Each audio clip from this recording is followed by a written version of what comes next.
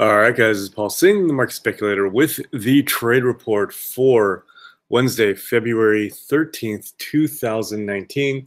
Let's look at SPY here. Nice continuation bounce yesterday, and best case scenario. It feels like almost every week now we're getting that best case scenario.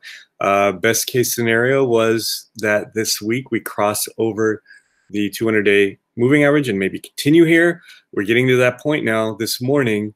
I'm recording this about an hour before the open, and looks like we are going to open above that 200-day moving average on SPY.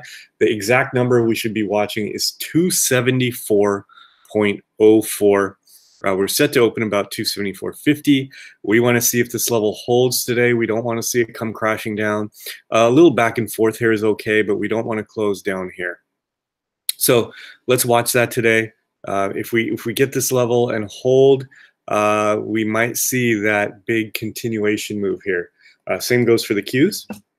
Very similar here. Now we are set to open just below the level on the Qs. So the Qs is 171.74. So we're set to open just below that, about 171.50.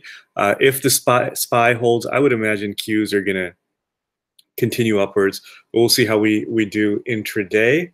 And then IWM, remember, is below its 200-day moving average, but that's because it was beaten down so far. It's still showing a lot of strength. So everything is looking fantastic for the market, exactly what we want to be seeing. Brazil coming back nicely after a big pullback as well. And then this one, oil, has been a tough trade because it keeps chopping us out, but it still looks very strong, like a bottoming formation. Good volume in here, and is back up at 13. I'm considering getting back in the oil trade. We took a very small loss last time, and may get back in here. I do think we're going to continue up towards 20. So we'll keep an eye out on oil today. If the market does hold, I expect to add 1 or 2 positions today. Let's go over our current positions and then some potential entries. We recently entered FAS. I think it was yesterday at 60.02, or it might have been the day before, but no, it was yesterday. Off the hold of the 9 and then continuation here. We're expecting to see strength. Now, XLF, the underlying, which is what we track.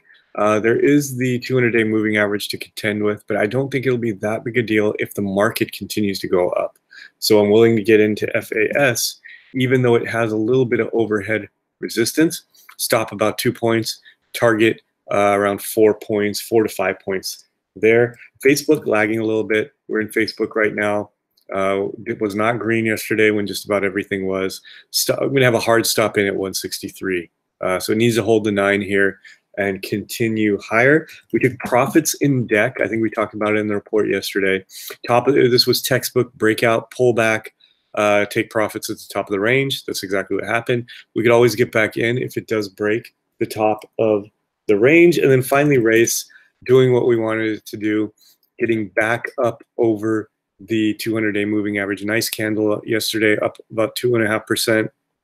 Now we want to see it cross this gap fill. I think if it crosses the gap fill, we get that continuation move higher, which obviously would be great since we're in the position. Now let's go over a bunch of potential entries. One are just the index ETFs, which should run really nicely if we get the breaks of the moving averages. Ignore where these are on the leveraged ETFs. We care about what the underlying is doing. So for SPX or for SPY, we're crossing the 200-day moving average. So we take SPXL, and we don't care that this is right here. On SPY, it's really right here. So that's all that matters.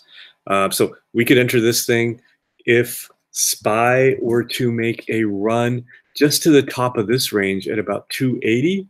That means SPXL would go to around 46.70, 47, which would be a nice trade.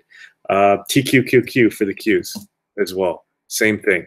This thing could run up to 57, and we're at 49 right now. And then TNA for the Russell, and that would get us up to 70 here. So I like those ones. I like SLXL still. That's the semiconductor ETF. If we look at SMH, already over its 200-day moving average. I really thought about entering this yesterday. I just wanted to see what the underlying indexes would do today. But really like SOXL. And same thing with this one. If we look at the underlying, we could see a run here to the top of this range, which would get SOXL all the way up to over 150, 160, and we're at 120, about 125 right now. So SOXL looking very strong.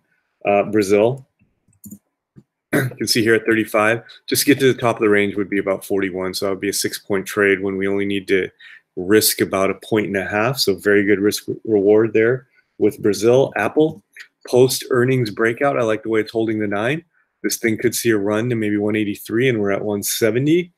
So a lot of these are at entry points right now, and there's a lot to choose from here. So I might take 1 to 3 positions today. I don't want to get too extended. Roku, I really like this pattern.